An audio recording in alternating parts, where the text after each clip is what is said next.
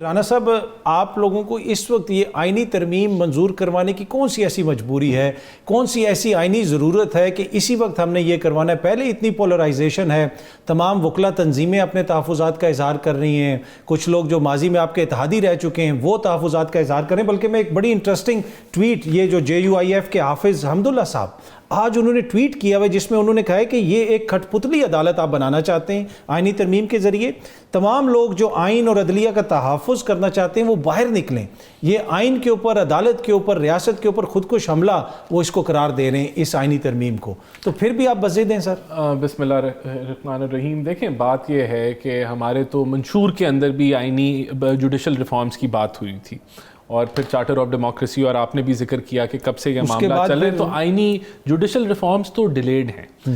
دیکھیں، جو نظام ہے ججز کی اپوائنٹمنٹ کا، وہ جوڈیشری کا وہ خود کرتی ہے، لیکن اس کے اندر کوئی ان کی پرفارمنس کی کوئی سسٹم نہیں ہے ویلیویشن کا اور ان کا آگے ترقی کا۔ تو جوڈیشل ریفارمز تو آپ کو چاہیے، کیونکہ آپ کا ایک بروکن جوڈیشل نظام ہے جو کہ ڈیلیوری نہیں دے رہا ہے ایک عام آدمی کو بھی، اور کانسٹیٹیوشنل کرائسس بھی ہے۔ یہاں آپ کو فیصلے ایسے نظر آئے کہ کریز سے باہر جا کے جو ہے وہ انہوں نے چھکے مارے، اور وہ ایسی انہوں نے جو ہے وہ تشریح کی جو آئین کے متصادم تھی۔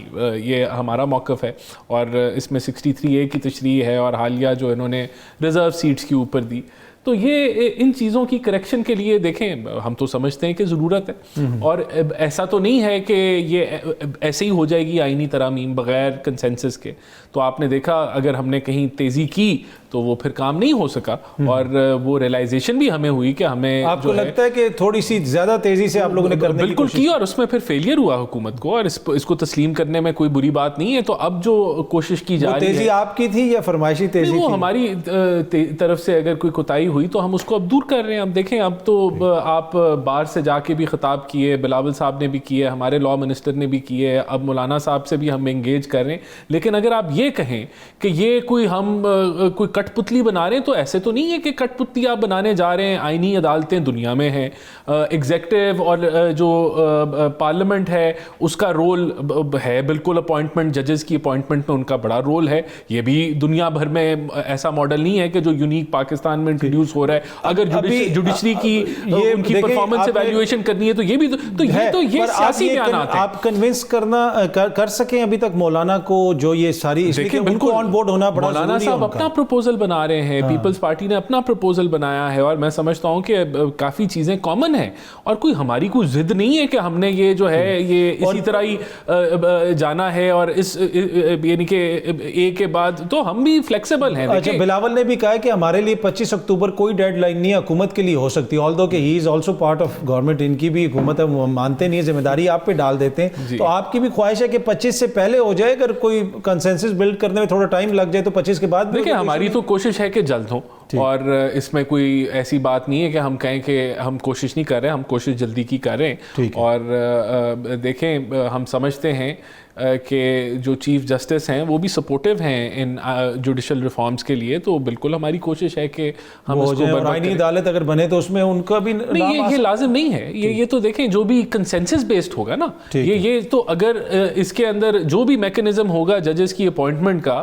وہ تبھی ہوگا نا جب اس میں پیپلز پارٹی کی بھی حمایت ہوگی، اس میں JUIF کی بھی حمایت ہوگی، اور دیگر جماعتوں کی حمایت ہوگی، تو تبھی یہ ممکن ہے، ورنہ تو ممکن ہی نہیں۔ سعودی وزیر سرمایہ کاری یہاں پہ آئے تو کیا ایکسپیکٹ ہم کریں کہ کوئی معاہدہ ہوگا، انویسٹمنٹ آئے گی، یا صرف MOUs ہی سائن ہوں گے؟ دیکھیں، ایک تو یہ گورنمنٹ ٹو گورنمنٹ نہیں ہے، یہ سعودیز جو ہیں غالباً، مجھے ایگزیکٹ، میں کل میٹنگ میں تھا، لیکن کوئی 50 سے 100 بزنس گروپس جو ہیں وہ سعودیہ سے پاکستان آ رہے ہیں، 46 ہیں یا وہ، اور ادھر وہ ایک پرائیویٹ نجی ہوٹل میں بھی سیمینار وغیرہ بھی ہوگا، ہم لوگوں سے بھی ان کی، اور یہ B2B ہے، بزنس ٹو بزنس ہے، اور اس کے اندر جو آلریڈی ایگریمنٹ جو ہو گئی ہے وہ یہ ہے کہ 30 سے زائد MOUs ہونے جا رہے ہیں، جو کہ $2.2 بلین کے ہیں۔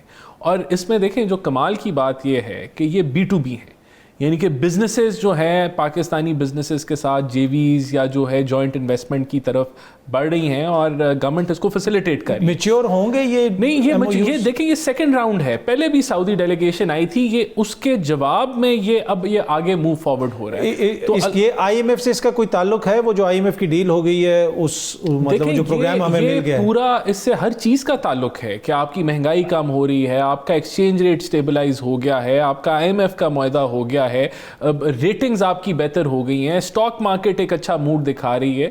الحمدللہ ہم سٹیبلائزیشن ہم نے اچیو کر لی ہے اور ہم گروتھ کی طرف جا رہے ہیں.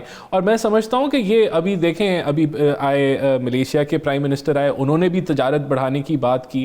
ابھی اس کے بعد SCO کی جو سمٹ ادھر ہونے جا رہی ہے, it is a big owner کہ ہم اتنا بڑا ایونٹ ہوسٹ کرنے جا رہے ہیں اور یہ پاکستان کی سکسیس کو ہائی لائٹ کرے گا. اب آپ دیکھیں یہ سب کچھ ایک طرف ہو رہا ہے اور دوسری طرف آپ کیا کہہ رہے ہیں کہ ملک میں جو ہے وہ جو چیف منسٹر ہیں ایک صوبے کے, جو صوبے کے چیف منسٹر ہیں, وہ ایک جماعت کے چیف منسٹر نہیں ہیں. بے شک جماعت نے ان کو بنایا, لیکن وہ چیف منسٹر اسلحہ بردار ہو کے وہ کیپٹل کے اندر جا رہے ہیں, سرکاری ملازمین لے کے, سرکاری وسائل استعمال کر کے, سرکاری مشینری استعمال کر کے, اور تصادم جیسا جو ہے وہ پوری دنیا میں ایک میسج دے رہے ہیں کہ اس ملک میں تصادم جو ہے. اور انہی کی جماعت کہتی ہے کہ انڈیا کا جو فارن منسٹر ہے وہ آ کے جلسے میں ہمارے خطاب کرے.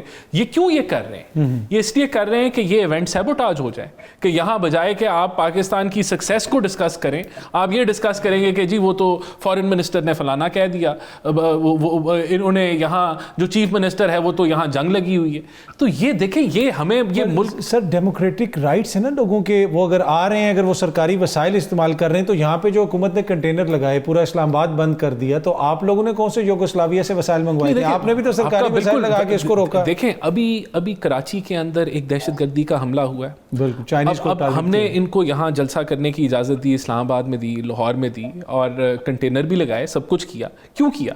کہ اگر یہ نہ کرتے اور خدا نہ خواستہ کوئی ایسا انسیڈنٹ ہو جاتا تو پھر ہم کس طرف جائیں گے؟ دیکھیں اس ملک میں ہمارے دشمن جو ہیں وہ پوری تیاری میں ہیں کہ اس ملک کی سٹیبلٹی کو ہم تباہ کریں. تو کیا آپ ان اقدامات سے ان کو سپورٹ نہیں کر رہے؟ کیا آپ ان کے جو وہ کرنا چاہ رہے ہیں, کیا آپ اس کے اندر شامل ہو کے اس طرح کے احتجاج ان موقعوں پہ آپ کر رہے ہیں کہ جو بڑے سینسٹیو ہیں, تو کیا اس میں شامل ہو کے آپ ڈی اسٹیبلائزیشن کی طرف نہیں جا رہے؟ مطلب اس میں دیکھیں نا رانا صاحب, دو تین چیزیں یہ ہیں کہ ایک تو جو کچھ KP ہاؤس میں ہوا, رینجر گھسی, پولیس گھسی, انپریسیڈنٹڈ ہے.